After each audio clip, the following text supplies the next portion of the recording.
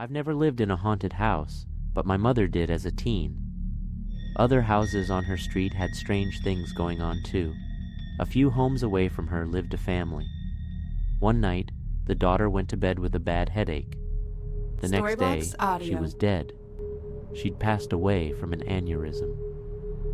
After her funeral, the family went away to get their minds off the tragedy, and the father asked my uncle, my mom's brother, to check on their pets. My mom and dad, who were dating at the time, went with him. My mother had heard there was a grand piano, and she wanted to play it.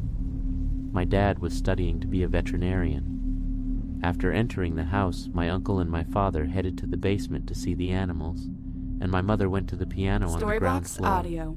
She was playing it when she felt something brush her ankles. She thought a cat must have left the basement and walked past her.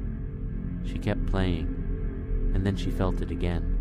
She looked under the piano and saw nothing. When she started again, she felt hands clasp her legs tightly. She dashed to the basement door, called my uncle and father, and waited for them.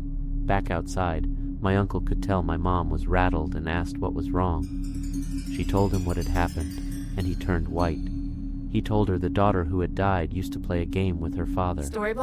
When he played the piano, she'd crawl underneath, grab his ankles, and push his feet up and down on the pedals. This real-life ghost story concerns a man named Frederick Jordan, who held one of the most lonely and desolate jobs in existence.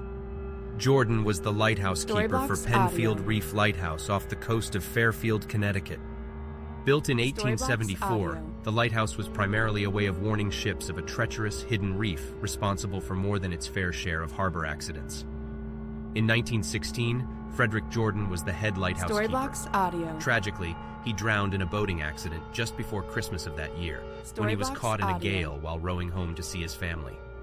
Ever since then, lighting and equipment malfunctions in the lighthouse have been blamed on Jordan's spiritual presence. But even more chilling is that keepers of the Penfield Reef Lighthouse often find the lighthouse logbook open to the day Jordan died. And locals have recounted witnessing an unidentifiable figure appearing on the water to help stray boats find their way to safety near the reef. One theme that many ghost stories have in common is that they offer a sense of justice in return for a wrongful death. This particular ghost story, however, offers a somewhat different take. It's about wrongful treatment in death and revenge in the afterlife. On October 13, 1877, Robert Schmale was hanged after a trial that found him guilty of a terrifying and inexplicable murder spree. The townspeople were filled with so much anger and hatred that they left his body hanging for days. The tale says not one of the townspeople demonstrated even a shred of remorse, let alone forgiveness. Since then, Schmale has been said to haunt the town.